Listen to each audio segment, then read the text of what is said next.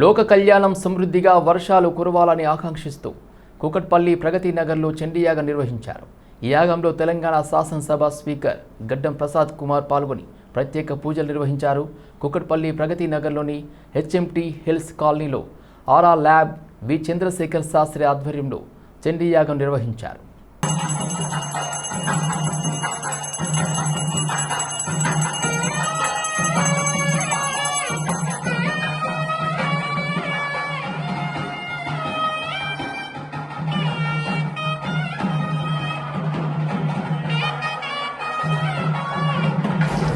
లోక కళ్యాణం దృష్టిలో పెట్టుకొని చంద్రశేఖర శాస్త్రి గారు ఈరోజు చండీ హోమం చేయడం, అదేవిధంగా నేను దానికి హాజరు కావడం, ఎలినియో సందర్భంగా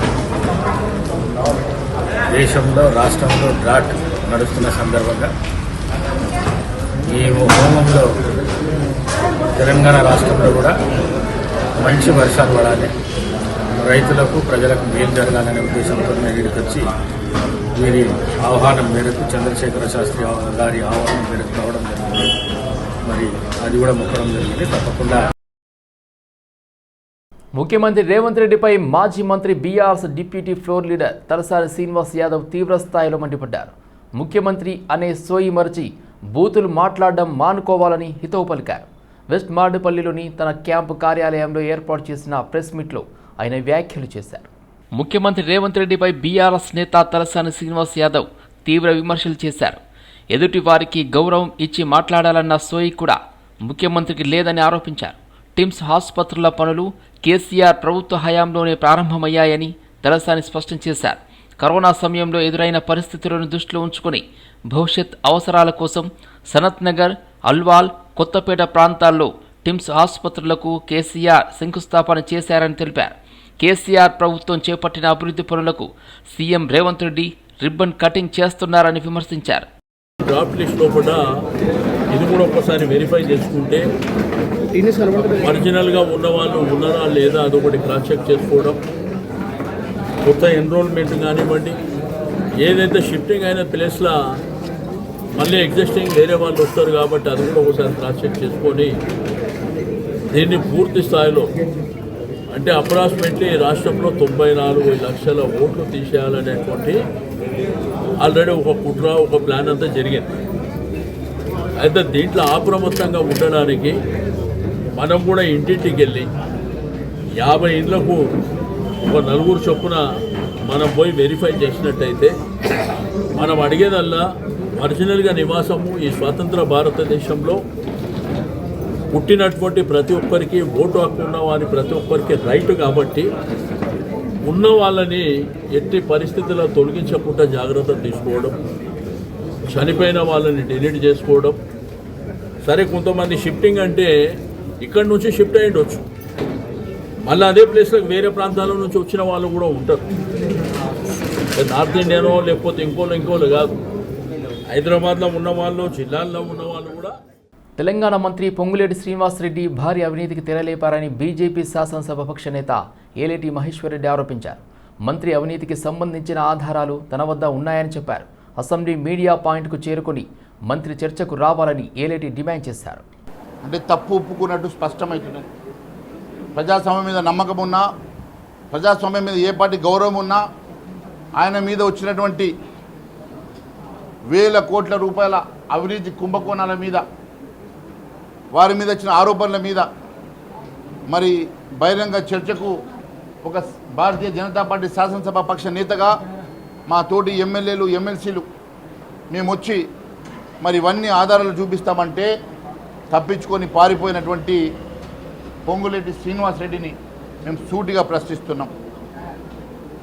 తప్పు జరిగింది, నన్ను క్షమించమని కోరుతున్న నువ్వు మరి తప్పు జరిగినప్పుడు ఆ తప్పు ఎవరు చేసిండ్రు, దానికి ఎవరు బాధ్యత వహించాలో చెప్పాల్సిన బాధ్యత మీద నీ మీద ఉన్నది. అదే మాదిరిగా నీ సహజ మంత్రి కోమటిరెడ్డి వెంకటరెడ్డి గారు చెప్తా ఉన్నారు దీని మీద కాన్స్పిరసీ జరిగిందని. మరి ఆ కాన్స్పిరసీ చేసింది ఎవరు? మీ ముఖ్యమంత్రి, మీ తోటి మంత్రులా, లేకుంటే అధికారులా, ఎవరు దీని మీద కాన్స్పిరసీ చేసిండ్రో దానికి కూడా మీరు సమాధానం చెప్పాలి. ఇవన్నీ కూడా వాస్తవాలు బయటకు రావాలంటే దీని మీద సమగ్ర దర్యాప్తు చేయాల్సినటువంటి బాధ్యత మీ మీద ఉన్నది. ప్రజాస్వామ్యంలో రాజ్యాంగంలో 300 ప్రకారం కళ్యాణ లక్ష్మి షాదీ ముబారక్ చెక్కుల కోసం కూకట్పల్లి ఎంఆర్ఓ కార్యాలయం వద్ద లబ్ధిదారులు ధర్నాకు దిగారు.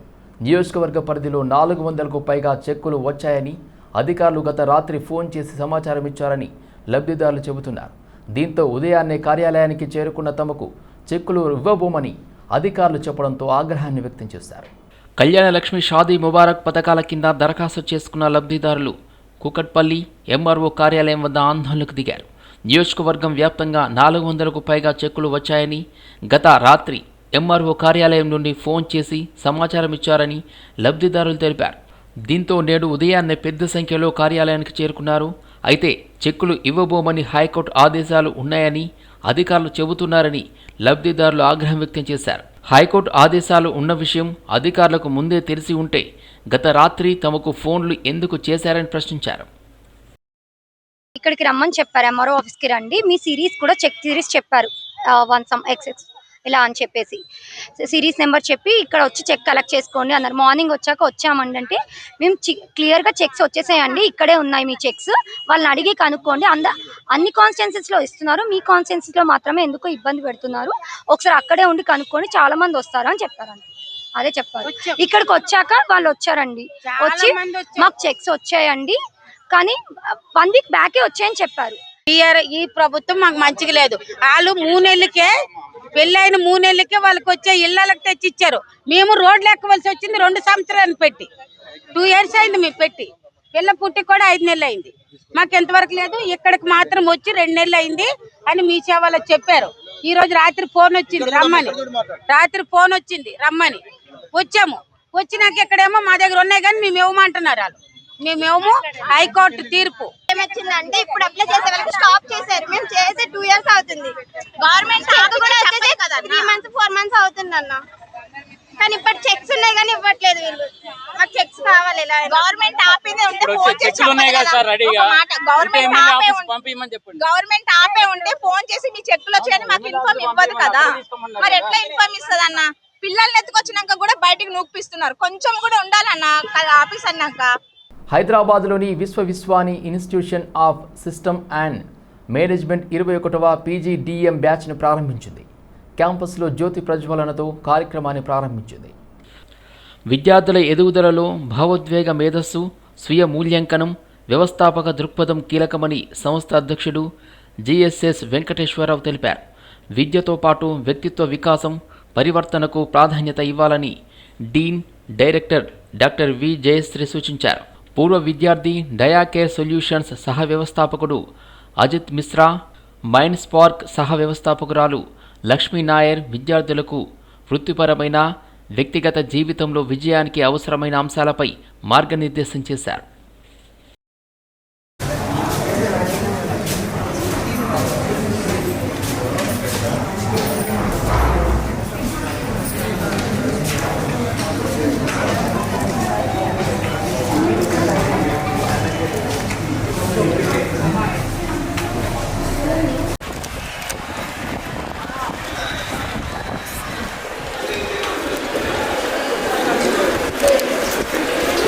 My professor paid,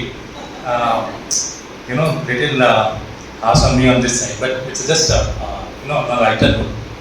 So every step, whatever you are doing, do it with your heart.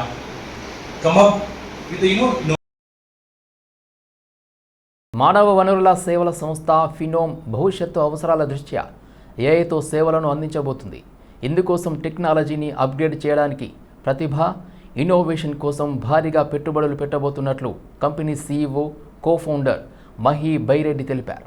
తెలంగాణలో తమ కార్యకలాపాల విస్తరణతో పాటు రాబోయే రోజుల్లో దేశంలో 2000కు పైగా అదనపు ఉద్యోగ అవకాశాలను కల్పించాలని సంస్థ యోచిస్తున్నట్లు చెప్పారు. ప్రస్తుతం సంస్థ 500కు పైగా technology, health care, retail, hospitality, తయారీ, యూటిలిటీ తదితర సంస్థలకు సేవలందిస్తుంది. I'm Mahi Baireddy, CEO and co-founder of Phenom. Phenom is an applied AI company specifically for HR ecosystem. My conference India lo Amphenom India conference, which is on December 17th just now. This is to invite all our customers to really come and get educated on how AI will really evolve in people business, how HR has to really orient themselves to the newer evolution. And that's a primary thing what we're really focusing on. And you will see a vast difference on how the industry will evolve the next 20 years are the major goal. So you will see a tremendous thought process. Phenom is located in India, in Hyderabad, Vizag, and also Bangalore. And we are really continuously growing. And like our goal is to really bring AI into the HR ecosystem in a very effective form. Thank you. So December 15th ఎవరు రావాలి sir, ఇలా apply చేసుకోవాలి? కొత్తగా మీ సంస్థలు Yeah. So, like people have to apply. Amphenom.com if you go. ప్రపంచ దోమల దినోత్సవం సందర్భంగా ఆల్వాల్లో అవగాహన ర్యాలీ నిర్వహించారు. ఎంటమాలజీ విభాగం ఆధ్వర్యంలో చేపట్టిన ఈ కార్యక్రమంలో మున్సిపల్ డిప్యూటీ కమిషనర్ భోగేశ్వర్లు పాల్గొన్నారు. దోమల ద్వారా వ్యాపించే వ్యాధులపై ప్రజలకు అవగాహన కల్పించారు. ఆగస్టు 20 ప్రపంచ దోమల దినోత్సవం సందర్భంగా అల్వాల్ సర్కిల్లో ఎంటమాలజీ వింగ్ ఆధ్వర్యంలో అవగాహన ర్యాలీ నిర్వహించారు. మున్సిపల్ డిప్యూటీ కమిషనర్ భోగేశ్వర్లు ర్యాలీలో పాల్గొని ప్రజలకు పలు సూచనలు చేశారు. 1897 ఆగస్టు 20న ఆడ ఎనాఫిలిస్ దోమ ద్వారా మలేరియా వ్యాధి వ్యాప్తి చెందుతుందనే విషయాన్ని సర్ రొనాల్డ్ రాస్ గుర్తించిన సందర్భంగా ప్రతి సంవత్సరం ప్రపంచ దోమల దినోత్సవాన్ని నిర్వహిస్తున్నట్లు భోగేశ్వర్లు తెలిపారు.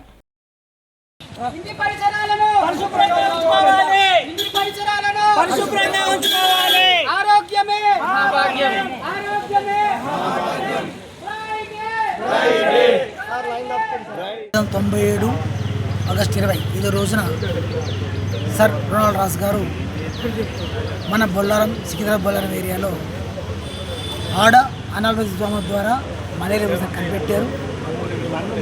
దానికి గుర్తుగా ఈ రోజుని ప్రపంచం మొత్తం కూడా మస్కిటో డే నిర్వహించడం జరుగుతుంది. ఆనాటి మలేరియా కొన్ని వేల మంది చనిపోవడం జరిగింది. దాన్ని దృష్టిలో పెట్టుకొని ఈరోజు మన మల్కాజ్గిరి కార్పొరేషన్ ఏరియా మన అల్వా సర్కిల్ నందు ఎంటమాలజీ డిపార్ట్మెంటు, శానిటేషన్ డిపార్ట్మెంటు, అన్ని డిపార్ట్మెంట్ కలిసి ప్రజలకు అవగాహన కల్పించడం కోసం ర్యాలీ నిర్వహిస్తున్నాం. ఈ సందర్భంగా అందరికీ విజ్ఞప్తి చేస్తున్నాం. ఇది వర్షాకాలం, సీజనల్ డిసీజ్ చాలా వస్తాయి, దోమల బెడద ఎక్కువ ఉంటుంది. కాబట్టి దయచేసి ప్రతి వాళ్ళు కూడా తమ ఇంటి ఆవరణలో నీళ్ళు నిల్వించుకోకూడదు. ఇది డెంగ్యూ, మలేరియా ఈ రెండు కూడా నీళ్ళలో పుడతాయి. డెంగ్యూ అనేది మంచినీటిలో పుడుతుంది, మలేరియా అనేది మురికినీళ్ళలో పుడుతుంది. దివ్యాంగుల కోసం స్పెషల్ డ్రైవ్ రిక్రూట్మెంట్ జీవోను పునరుద్ధరించిన తెలంగాణ ముఖ్యమంత్రి రేవంత్ రెడ్డికి విశ్వవిద్యాలయ దివ్యాంగుల ఫోరం ఆధ్వర్యంలో అభినందనలు తెలిపారు. ఉస్మానియా యూనివర్సిటీ ఆర్ట్స్ కళాశాల ప్రాంగణంలో సీఎం చిత్రపటానికి పాలాభిషేకం నిర్వహించి కృతజ్ఞతలు తెలిపారు. ప్రత్యేక నియామక ప్రక్రియ పునరుద్ధరణతో ప్రభుత్వ ఉద్యోగాల్లో పెండింగ్లో ఉన్న దివ్యాంగుల బ్యాక్లాగ్ ఖాళీల భర్తీకి మార్గం సుగమం అవుతుందని ఫోరం ప్రతినిధులు తెలిపారు. ఎందుకనంటే ఈరోజు స్పెషల్ రిక్రూట్మెంట్ డ్రైవ్ ఏర్పాటు చేయడం అంటే వికలాంగులలో అన్ని శాఖల్లో ఉన్న దివ్యాంగులలో 4% అంటే 4% రిజర్వేషన్ అమలు చేయుటకు ఒక అడుగు పడింది. ఆ అడుగులో ముఖ్యంగా ముఖ్యమంత్రి రేవంత్ రెడ్డి గారికి మరియు సంబంధిత మంత్రి గారికి, అదేవిధంగా మాజీ సెక్రటరీ అనితా రామచంద్ర గారికి మరియు ఇప్పుడున్న ప్రిన్సిపల్ సెక్రటరీ గారికి అందరికీ పేరు పేరున హృదయపూర్వక నమస్కారాలు తెలియజేస్తా ఉన్నాం. ఈరోజు మరి ఈ యొక్క జీవో విడుదల అయ్యిందనంటే ఈ తెలంగాణ రాష్ట్రంలోనే దివ్యాంగులు ఒక దిక్సూచిగా నిలబడ్డారు.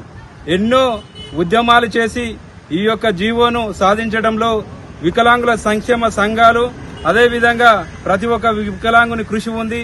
అందులో ముఖ్యంగా మా గురువైనటువంటి చెరుకు నాగభూషణ్ గారి యొక్క పాత్ర కూడా ఉందని కూడా ఈ సందర్భంగా మేము గుర్తు చేస్తున్నాం.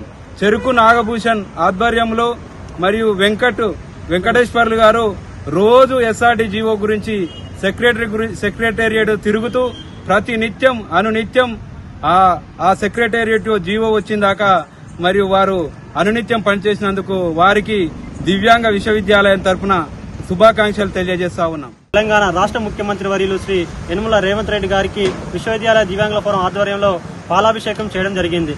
ఈ పాలాభిషేకం చేయడానికి గల కారణాలు ఏంటంటే తెలంగాణ రాష్ట్ర వ్యాప్తంగా దివ్యాంగులు ఉద్యోగం కోసం ఎన్నో రోజుల నుంచి ఇబ్బందులు ఎదుర్కొంటారు. ఉద్యోగ భద్రత కల్పించే దిశగా special drive recruitment GO number MS 19 పునరుద్ధరించినందుకు తెలంగాణ రాష్ట్ర ముఖ్యమంత్రి వర్యులకు శుభాకాంక్షలు తెలియజేస్తూ మేము ఈరోజు పాలాభిషేకం చేయడం జరిగింది. త్వరితగతిన ఈ యొక్క స్పెషల్ డ్రైవ్ రిక్రూట్మెంట్ ను పూర్తి చేసి నోటిఫికేషన్ విడుదల చేసి ప్రతి ఒక్క దివ్యాంగుడు కూడా ఉద్యోగ భద్రత కల్పించాలని తెలియజేస్తా ఉన్నాము. మల్కాజ్గిరి పోలీస్ కమిషనరేట్ ఆధ్వర్యంలో సంస్కార్ మెగా కౌన్సిలింగ్ 2026 కార్యక్రమం నిర్వహిస్తున్నారు. ప్రవర్తనలో మార్పు, బాధ్యతాయుతమైన జీవనం, సామాజిక విలువలపై ప్రజలకు అవగాహన కల్పించడమే ఈ కార్యక్రమం ప్రధాన ఉద్దేశమని పోలీసులు తెలిపారు. మల్కాజ్గిరి పోలీసుల ఆధ్వర్యంలో సంస్కార్ మెగా కౌన్సిలింగ్ 2026 కార్యక్రమం కొనసాగుతుంది. ప్రజల్లో సానుకూల ప్రవర్తనను పెంపొందించడం, బాధ్యతాయుతమైన జీవన విధానంపై అవగాహన కల్పించడం, సామాజిక విలువలను ప్రోత్సహించడం కార్యక్రమం లక్ష్యంగా పెట్టుకున్నారు. తమ వ్యక్తిత్వ, సామాజిక సమస్యలపై కౌన్సిలింగ్ అవసరమైన ప్రజలు పోలీసులు సూచించిన సేవలను వినియోగించుకోవాలని అధికారులు కోరారు.